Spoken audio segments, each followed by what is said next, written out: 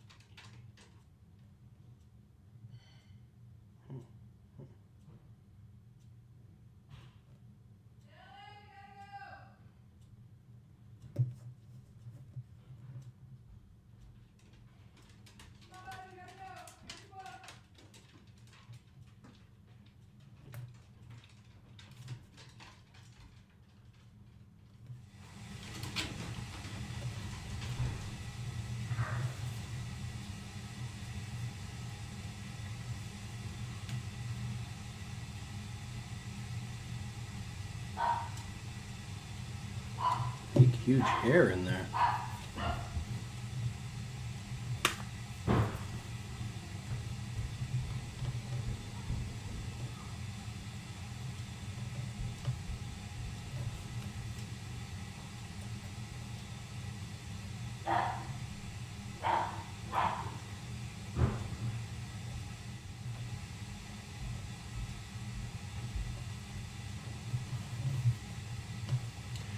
All right. Well, it looks like it's running again. You had a massive hair. It's not very strong, for sure, but it's doing something, moving, which is good. That's good news. But yeah, had a big old long hair sitting in your movement, which is unfortunate. All right, but that's okay. We're back to running.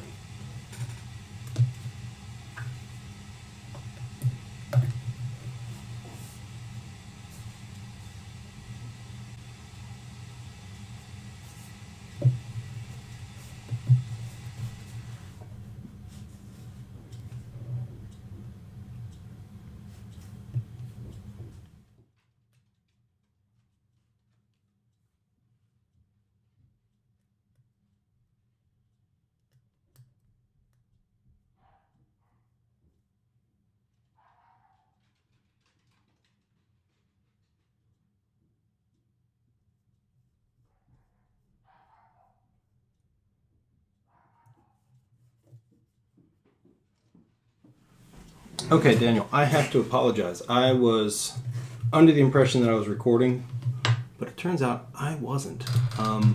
We have done the teardown on the calendar, or on the train side of your watch, and everything's fine. It's running. It's as it should be. You had a big, long, crazy hair in your train, plus you have this bizarre finger that's supposed to be used to turn over the day and date, and it is incorrect and bent and warped. So I apologize. All of your parts are in good shape. It seems so far so good. But again, I'm really sorry. I totally am out of practice with my camera for some reason. But we're going to continue and get the calendar side fully disassembled here, and be sure to capture that at least.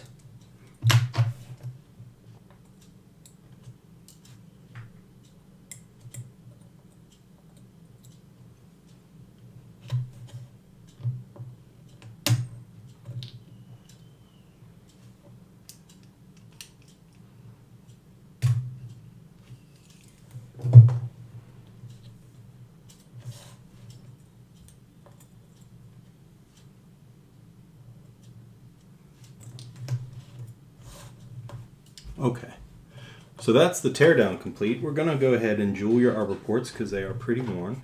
Okay, there was one thing I wanted to show you before I go ahead and sign off to do some of the things in the background off camera. You are right on the mark with your dial and case back dates. 1/7 on both, which is very consistent and shows that this is the original dial for this watch. So that's really nice to see. And it's in really good shape. Okay, we'll be back. Okay, Daniel, we are through the cleaning and evaluation process, the jeweling process, full disassembly, ready to go back together. We're going to take a few steps here and get ourselves running, check everything, make sure it's right, and then we'll finish things up.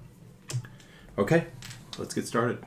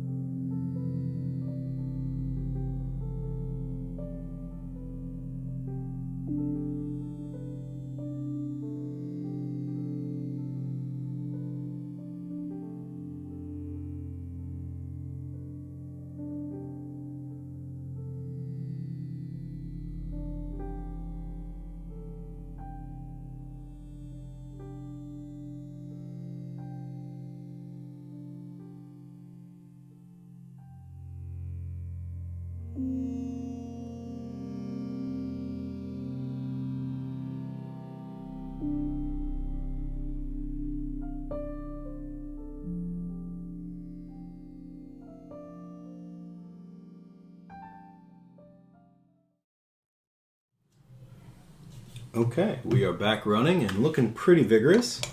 So let's get it on the device here and see how we're doing. Okay, well, as I suspected, we got some off adjustments here, and you know, your hairspring adjustment seems to be in a weird location. I'm not sure why. So hopefully things will go in the direction I'm hoping when I push on this. I want to see the beat error kind of get down. Yes, okay, that's in the correct way. So that's good. That's a good sign. And getting a bit better. Okay. Yes.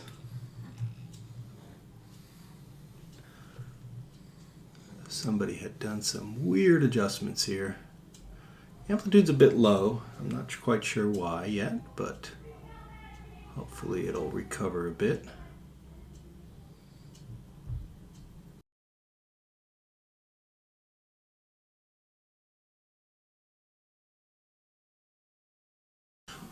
All right, well, certainly not as high as I'd like it to be. I think it's going to need some break-in time. It's coming in the right direction, so that's always good. I'm going to keep a close eye on it for the next, hour or so and just kind of monitor where the numbers go. And I may have to jump back in a little bit and take a look at stuff. So, I'm not. We're not out of the woods yet. We're gonna continue to push for better performance. But in terms of the beat error and the rate, those are great. I think it's a nice, solid, clean running movement. I'd like to see it break out of at least 200 for now. Yeah, we're getting there. Okay, so that's not bad. We always want as high as we can get in the amplitude range. So I'm going to keep an eye on it. We're going to come back and take a look. Okay. Okay, Daniel. Well, I let this run in as I normally do over the course of a couple hours. Came back and took a look at the numbers, and lo and behold, you got a couple seconds per day and pretty darn good amplitude. I'm going to let this run just for a little bit longer. I'm going to do my final adjustments in the case, but other than that, this is exactly what we want to see. Okay, Daniel, we have fully broken in. I feel like we've gotten to the point where the signal is strong and clean, and that's really nice. So we're going to continue on to the calendar.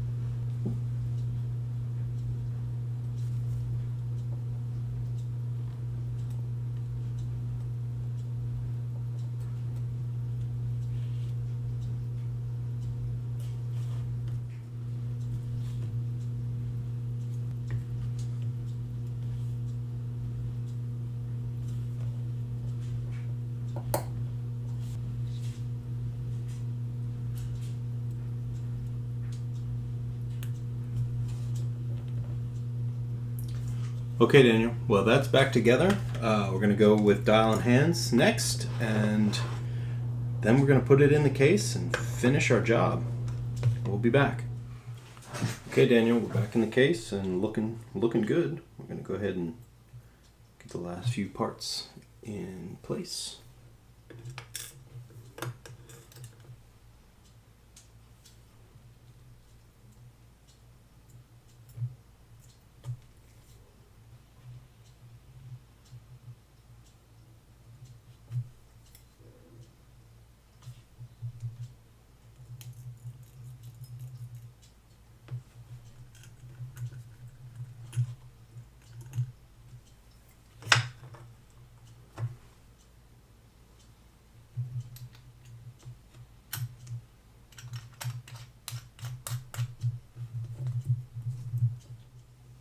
right, well there it is. There is your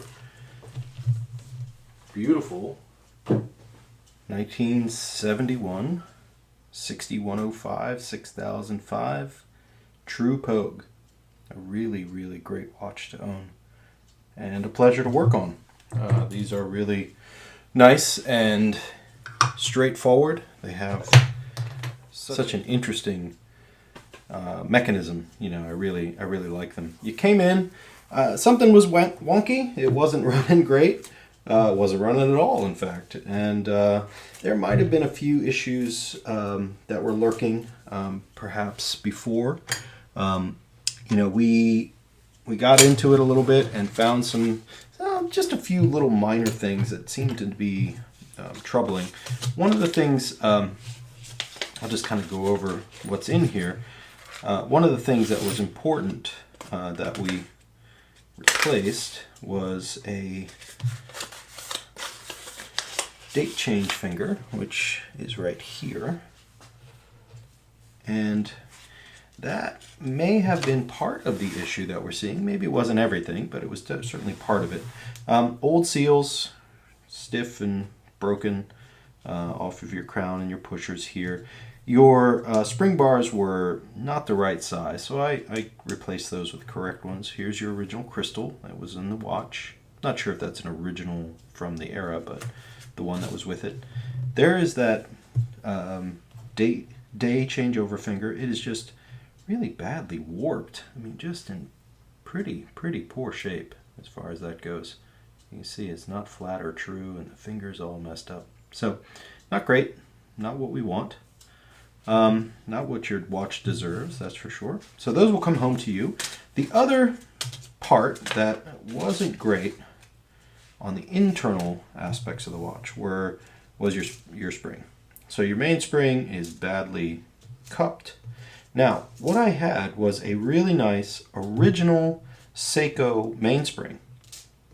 And I went ahead and put that back into your watch. I find that these are the best. I mean, in terms of their reliability and their performance, they really give the watch some good numbers. I mean, amplitude and stability of the signal is just spot on with a good quality,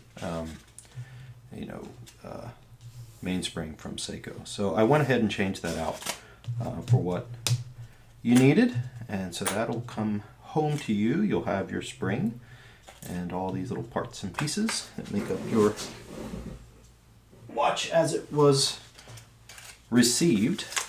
I went ahead and cleaned your bracelet. It was pretty clean, not too much in the way of arm cheese in this one, but your end links are here. They'll come home, and then your new spring bars will go on before I send it back. So overall, a really great, really clean watch.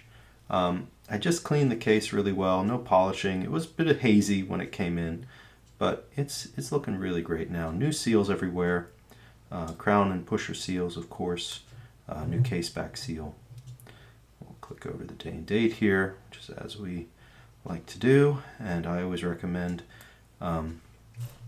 changing the day and date using the automatic or the quick day and date change, of course, here when you're further away from the changeover around 10, midnight to 2 in the morning. So if you can do that, that'll help preserve it.